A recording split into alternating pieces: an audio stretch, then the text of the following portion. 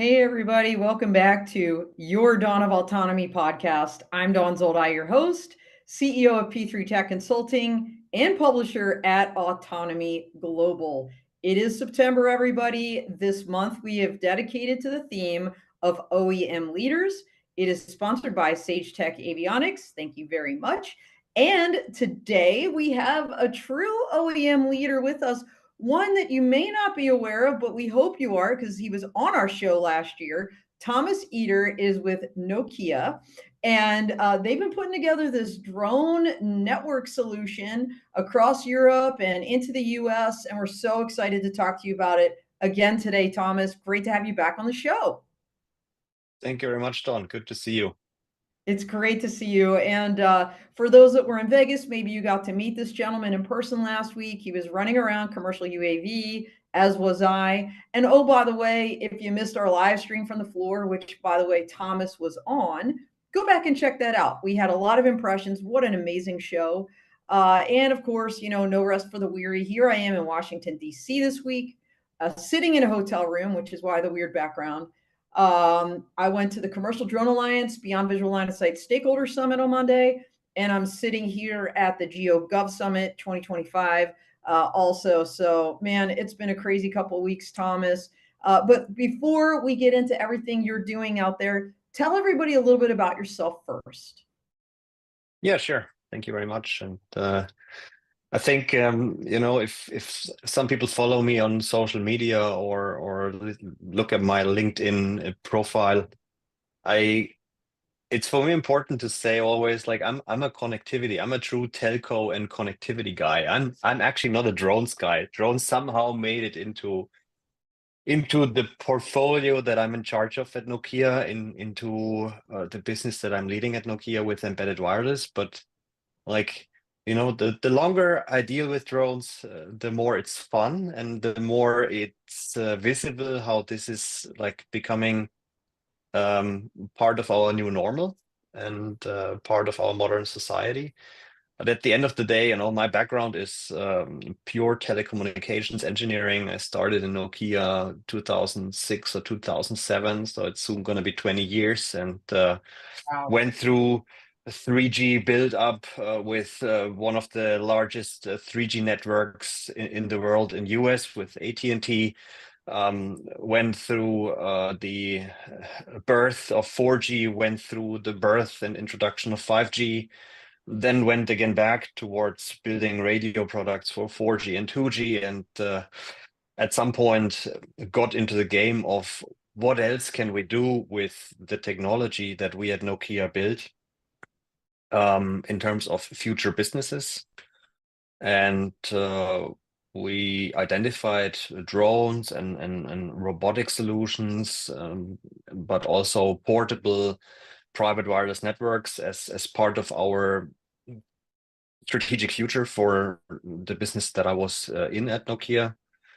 And that topic with the drones somehow got stuck with me, and we identified a couple of opportunities on where we can bring 4G and 5G connectivity into drones, how to integrate flight controllers that were on the market back in 2016 with 4G and 5G modems, and somehow worked our way through with different startups. Eventually came to the conclusion that maybe we do something on our own. And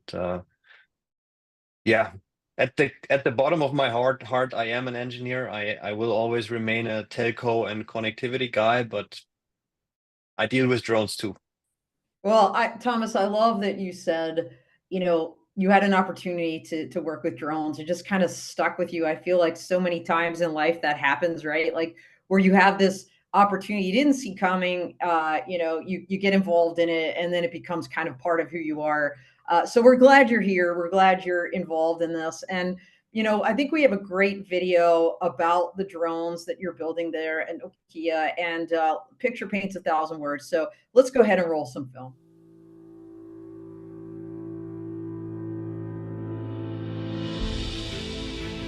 Nokia Drone Networks, a high-tech solution for higher situational awareness, comprising the highest quality hardware, a 5G compatible hexacopter, industrial grade and European made. Nokia's UAV solution opens up new possibilities for aerial insights and mission-critical flights. It's robust, water, dust and weather resistant. It's reliable. Every piece of hardware is CE certified. It's flight ready. The modular design makes it easier to set up and operate. Pick and personalize your payload. Equipped with a dual gimbal HD and thermal camera with 30 times optical zoom.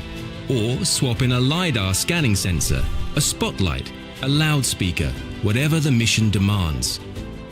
Or how about your own customized creation? With Nokia's Payload Development Kit, you can design and refine a bespoke solution perfectly suited to your needs.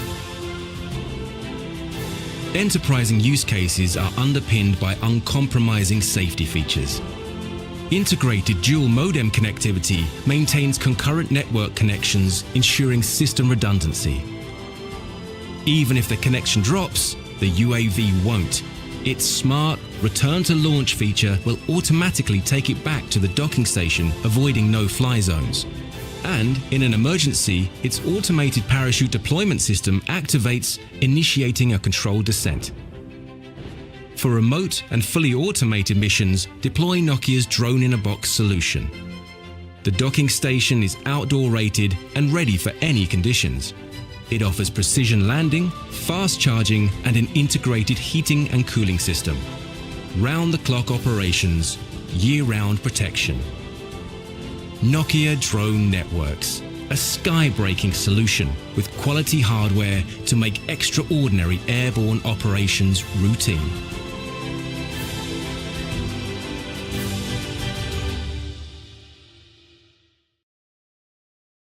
What a great video. And I mean, I think it really illustrates that we're not just talking about a drone here. We're talking about an entire, not even just network, Thomas, it's like an entire ecosystem you've built for so many different markets around this. But before we get to that, I really want to walk something back just to be clear with people. And I think, most lay people, they've heard of 5G. They know what 4G is, at least in theory, because like in terms of the phone they're using or the cellular network, like they know these terms, but they may not actually know what they mean.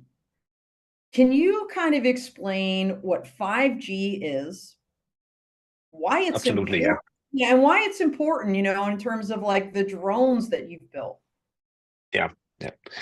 So I think we need to clarify first of all the myths, which is 5G is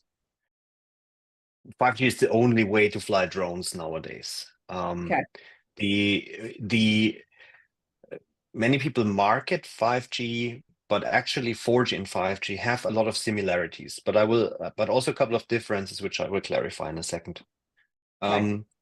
5G is, I would say, the solution of the telecommunications industry for the fourth digital revolution, for true machine-to-machine connectivity and for autonomous technologies.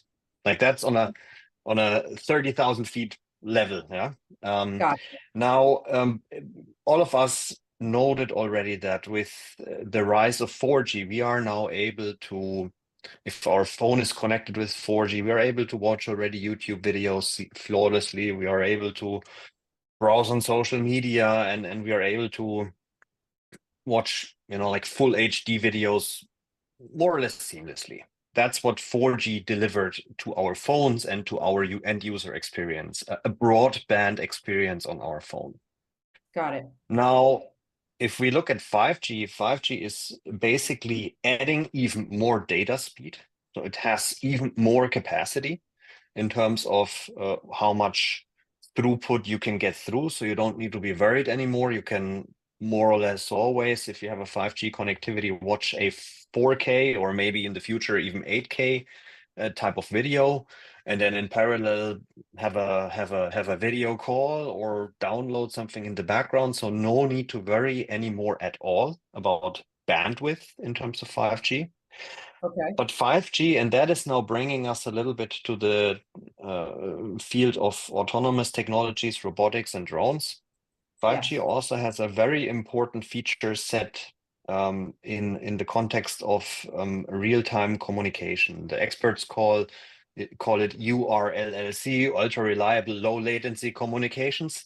But that basically means that machines can communicate with each other in close to real time.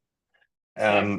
And that means swarming of robotics. That means for the specific use case of drones, like a sub 30 milliseconds connectivity between the pilot and the drone, a sub 30 milliseconds C2 command and control link, and many other protocols that really enable this autonomous technology ecosystem that is fully connected over 5G. Okay. Now, we also need to be a bit realistic. 5G has not made it across the whole world and into every corner of all the countries. 5G is still in a rollout phase. We are far away from a market saturation with 5G. And I would say that the whole telecommunication industry is also heavily pushing the commercial use of 5G for those autonomy and robotics type of use cases, because autonomous cars, autonomous technologies are in many countries. We see that in the context of BVLOS, like in many countries, regulatory frameworks are to a certain extent blocking the introduction of autonomous technologies, whereas where in US it's super easy to use the autopilot in a Tesla. That is unthinkable in a country like Germany at the moment. But that in a nutshell about the difference of 4G and 5G and why we at Nokia believe and know that 5G is really going to change our way of living and our society. All right, awesome. So, you mentioned drones kind of in a way fell into your lap, into your portfolio there, Thomas. Tell me how that came about, and then ultimately how you all decided, let's just build not only our own drone, but an entire network and ecosystem around it. Yeah. The topic of drones is visible on Nokia's strategic roadmap for the first time since 2015, 2016, when one of our global leadership team members gave us basically the homework to figure out, look, we need to find a little bit the direction of our new Nokia, and we need to identify a couple of innovation areas and trends for Nokia in the next couple of years, and figure out what can we do with the technology that we can do today in the future. And that was the inception of a corporate social responsibility type of activity where we were supplying drones for disaster recovery, for earthquake areas, for landslide search and rescue missions under the initiative called Nokia Saving Lives. And that was a bit of a combination of, we are scouting what do we have on the market in terms of drones already, which startups can we make part of our ecosystem, how can we add 4G, 5G connectivity into those drones that are on the market today, so technology research as well. Okay. And how can we also do something good with it, under the umbrella of corporate social responsibility. And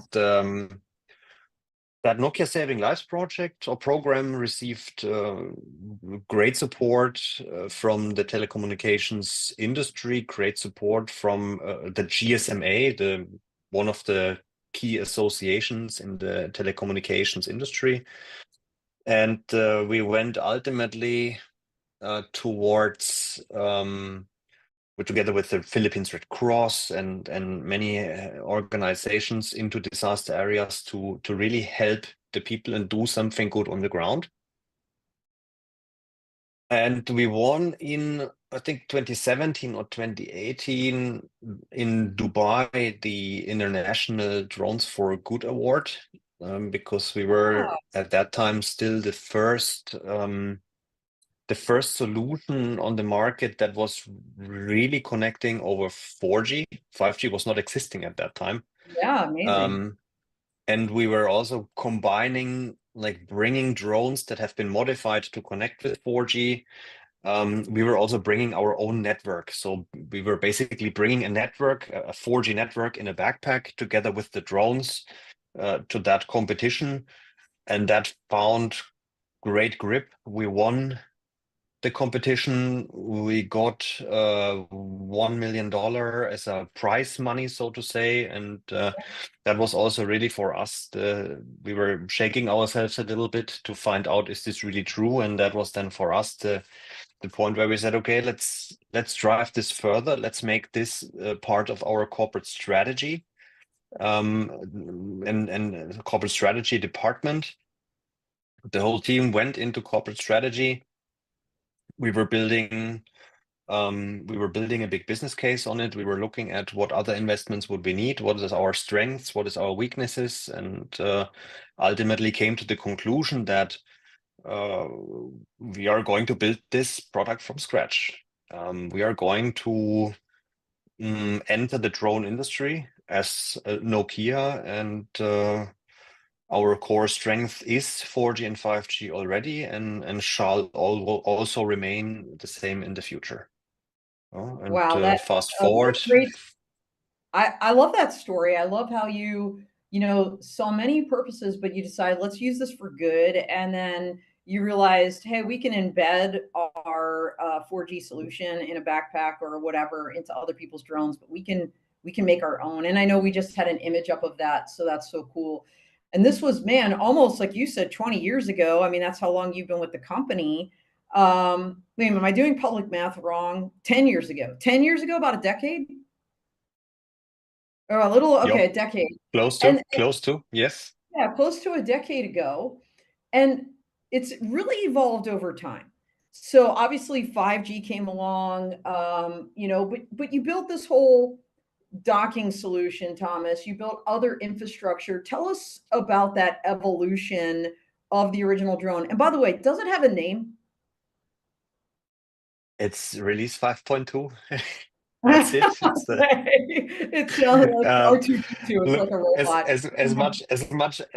much of a marketing hero Nokia was, or maybe still is, it's just the Nokia electric drone 5.2 at the moment. Let's see if our Okay. marketing folks are coming around with something fancy in the future. I don't know. All right, funny. So, all right, in terms of 5.2, you've had many iterations, obviously, along the way.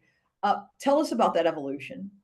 Yeah. We learned a lot, and what is also important for me to mention here is, despite Nokia being a big company, publicly listed, and in the, let's say, on a show floor like commercial UAV, you sometimes get the impression that people come to Nokia and they think there is limitless type of funds and limitless type of resources available in a company like Nokia, but I can calm everybody out there down. We also have to do our business cases. We also have to pay a monthly salary to the employees, and Yep. ultimately, this drones business is run within my business line as a business with a business case and with a profit and loss that needs to look not too bad. Yeah.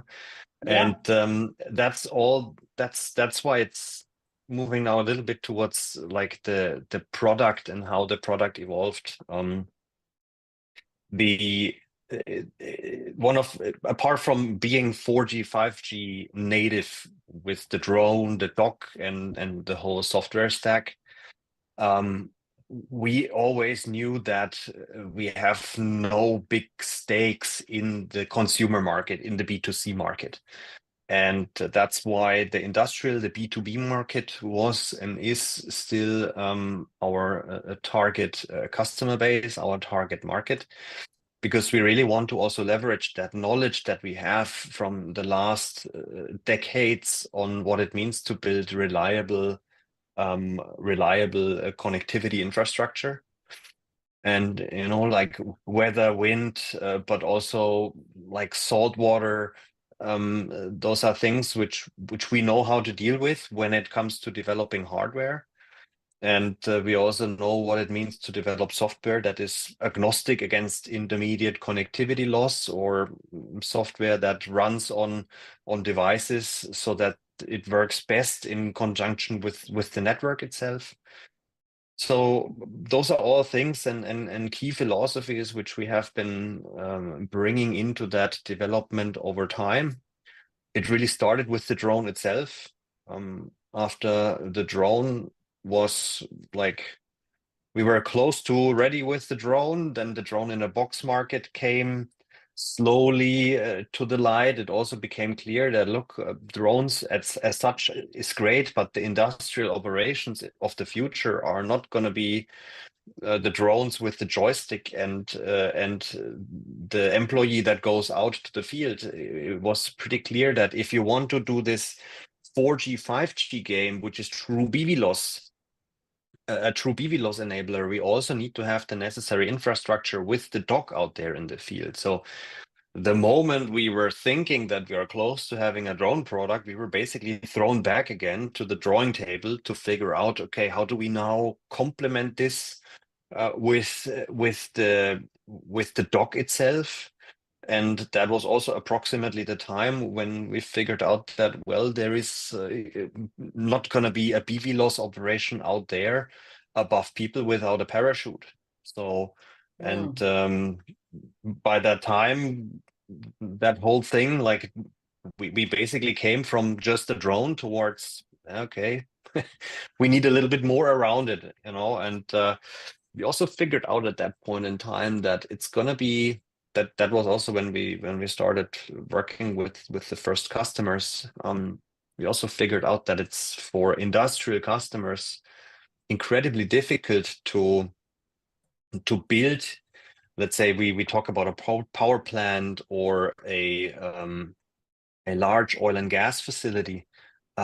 They are not going to go to vendor A to buy a drone, and to vendor B to buy a dock, and then to vendor C to buy a parachute, and maybe a vendor D for the software integration, and then you still need a vendor E for the camera itself, Yeah, that's a And lot. that's where we also came to the table and said, okay, well, we start with a turnkey offering, but at the same time, we want to build a product and a portfolio that has the necessary openness in order to be always able to integrate with whatever might come there.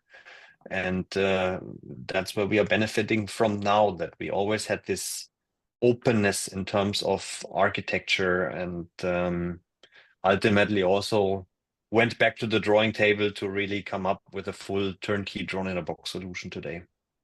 Well, you guys really had some great forethought there, honestly. Again, I just mentioned I was at the CDA BVLOS Stakeholder Summit. The Part 108 rule, as you know, Thomas, and many people watching this know, the notice of public rulemaking dropped on August 5th. We're still in that comment period. Lots of commentary. You mentioned, okay, you have to buy the docking station, you have to get this, that, and the other thing if you don't have a turnkey. And I think that's where a lot of people are going to be, right, Thomas? Like, at least initially, if they've got a drone and they're trying to maintain it, but they want to maybe fall under this rule when it becomes effective, if it doesn't change radically, they're going to have to figure that out. But you've got it figured out already. In fact, if I recall correctly, you guys recently also partnered with Gremsy on some of those sensors. So tell us a little bit about that collaboration, because you obviously, you've been going back to the drawing board, you've been creating your own tech, but like you said, plug and play, as in the Department of Defense in the US, they say modular open systems architecture, MOSA. That's a big thing to talk about. You plug and played with Gremsy's sensors, which I think is a big deal. Tell us about that. Absolutely, yeah. This is now where we are carrying the fruits from the initial architecture thought that we want to be as open as possible, and that does not only affect the software integrations to integrate our drone so that it can be controlled by other software solutions apart from ours. It also means really the hardware and the payloads. Ultimately, we have today a solid customer base in the public safety space, in the DFR, and no matter if it's Europe or North America.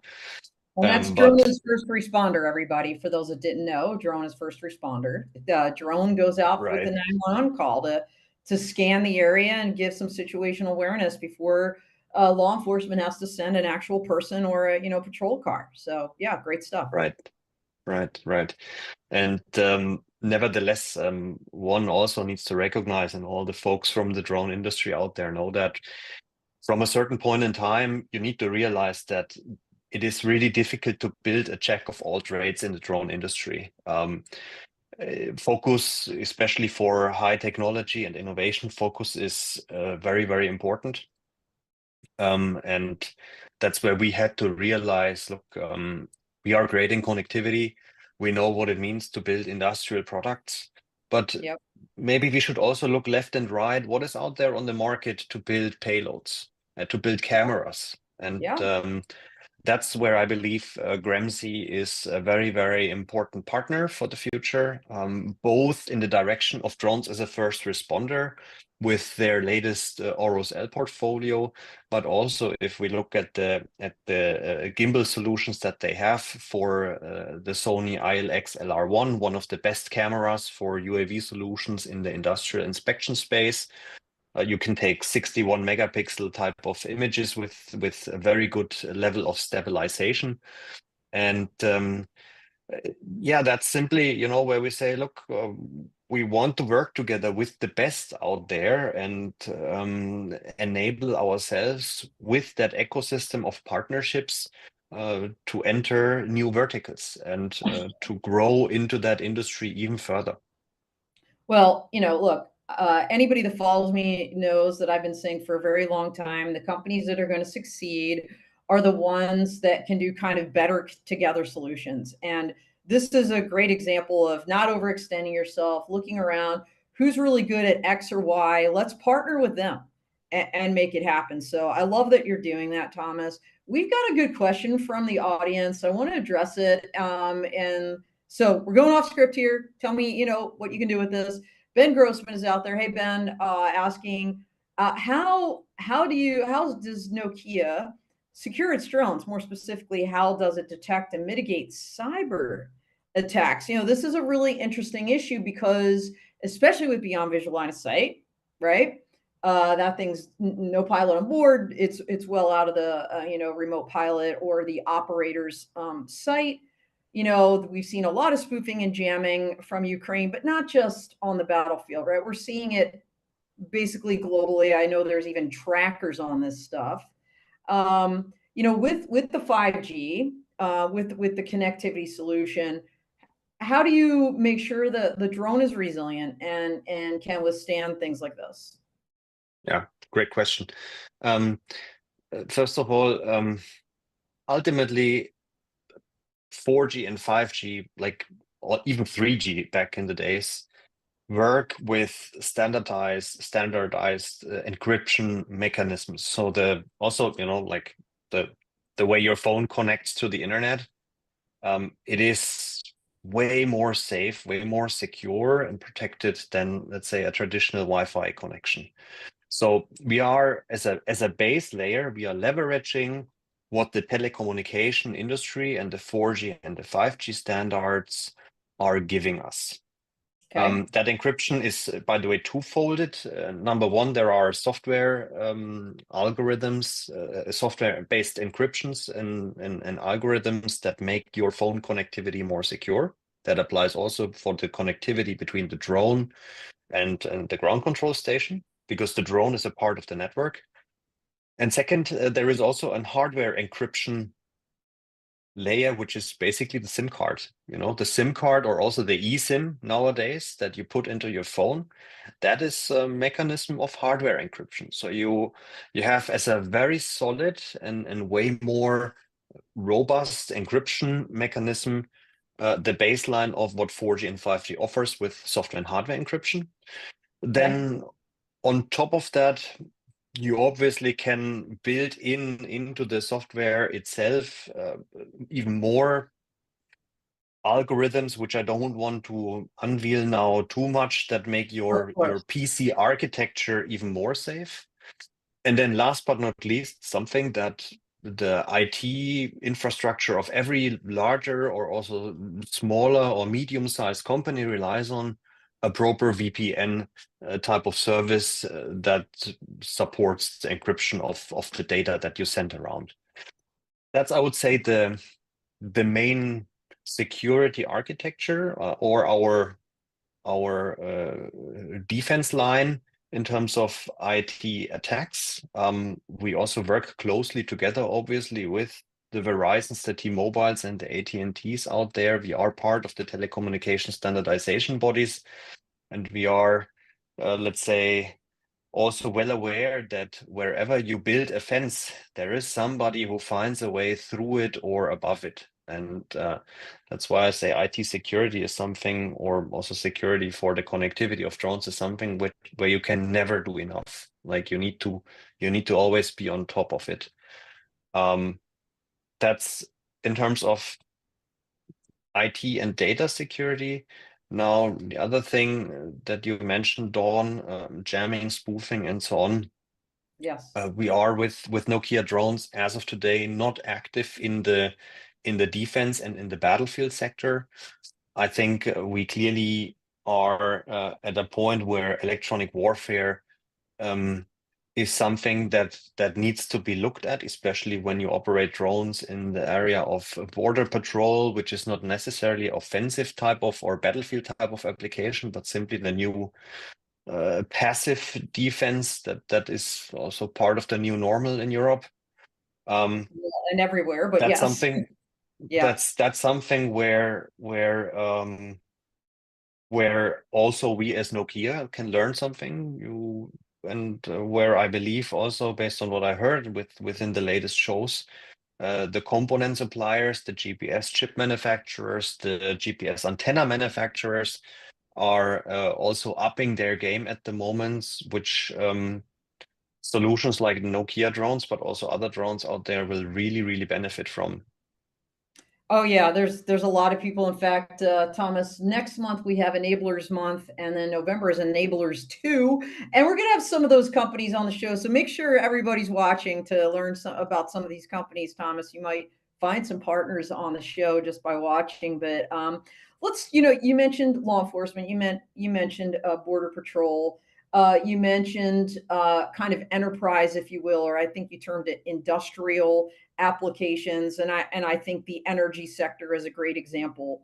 Are these your primary markets right now? And can you elaborate at all, maybe on an example of a successful collaboration you have out there in terms of deploying your network, your drone network? Of course, yeah. So the verticals you mentioned are pretty much on the point. We certainly have public safety as one big vertical. But then on top of that, there is the ports, the mines, and the larger oil and gas manufacturing plants as target industries or target verticals. And then I would say in another separate bubble, we have this border patrol type of vertical, which also nicely harmonizes with, for example, a what did we have lately? This a highway patrolling, and if you look those three bubbles, so the drones as a first responder and public safety, the industrial verticals I mentioned, and this border protection and highway patrol, those three bubbles have very similar type of requirements. Yeah. So we are bundling the requirements from the customer in those three packages when it comes to evolving the software and when further developing the hardware. And we are also pretty clear with our customers that it is incredibly difficult if you want to now use the same solution for drones as a first responder in public safety, as well as industrial inspection or mapping.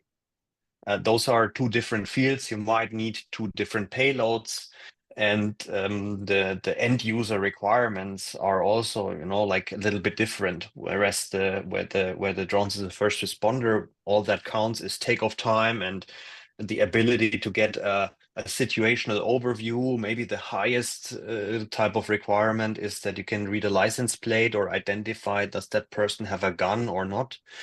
Right. That's like the DFR type of requirements bubble. And one of the industrial verticals in the mapping game, well, they need accuracy of, let's say, 2 or sub 2 centimeters, or between 2 and 5 centimeters. They might need images with 20 to 60 megapixels and data that really withstands industrial standards of the construction industry.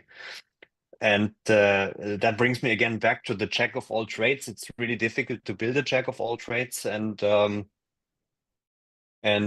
for identifying which drone should be used or which payload should be used in which case, you are really in the need of the right partners. And if you now ask me for what is the biggest success, or what is a successful case, then I always jump back to our deployments in Belgium with our partner CityMesh, where we have really built a nationwide network for both DFR as well as industrial use cases. There is a deployment in a port. There is deployments on every type of fire or police station we can think of.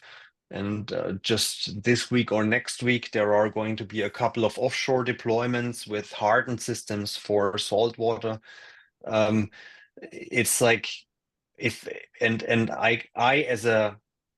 I as a equipment vendor, as a full stack technology provider within Nokia, Yeah. I rely on the input of the partner, the city meshes in the world that are deploying and actually making drones as a service happen. And those two teams, like the partner teams, together with the Nokia engineering teams, work together in order to make these cases vertical by vertical a success. And I probably did also in one of the last podcasts, Dawn, I very often refer to drones as an infrastructure, as a part of our modern, or a part of our new normal.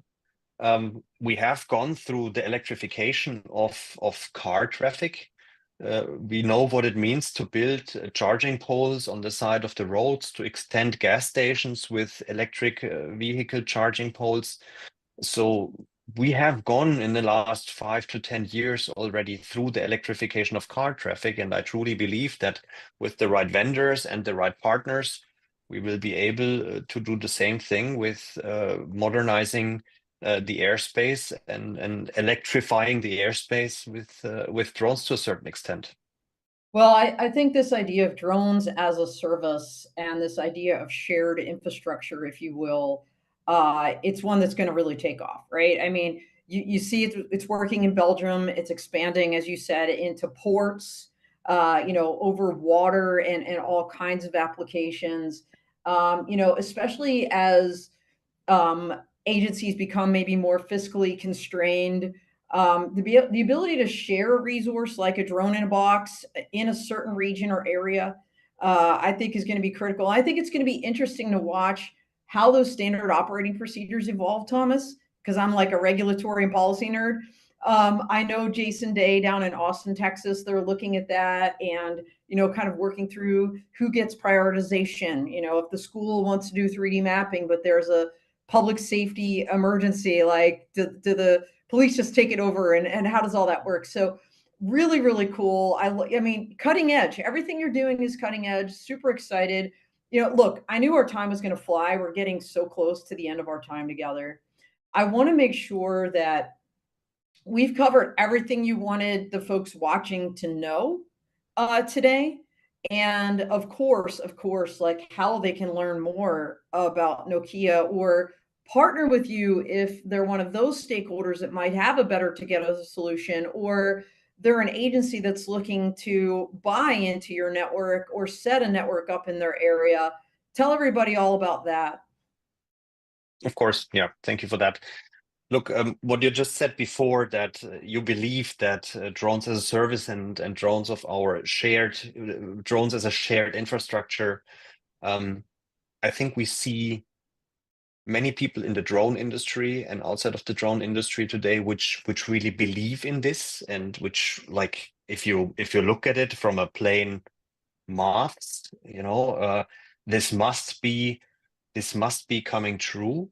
But at the same time, we also see the analyst reports and the market forecasts, which are like very, very optimistic in many positions. And I also really want to deliver here a little shout out to the market research agencies and to the investors out there, that we are interested in the drone industry to hear your view that are not day by day in the drones pool, in the drones aquarium. And sometimes I'm really afraid that the drone industry is a little bit in an aquarium where we don't even realize anymore when somebody from the outside knocks. And that's why it's really, really important for the next 12 to 24 months for many players in that market to look left and right and to work together with investors as well as analysts to start and also plan the establishment of that drones infrastructure in a sustainable manner. And I say in a sustainable manner. Very, very important. I think, Dawn, we have talked a lot about Nokia's drones in the last episodes or throughout the last couple of months.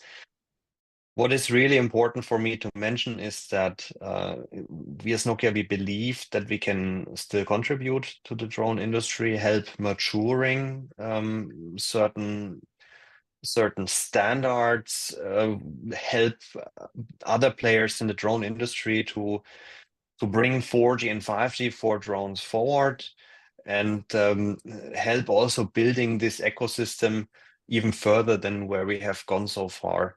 The transition from public safety into industry is and will be a key for Nokia as well as for other players going forward.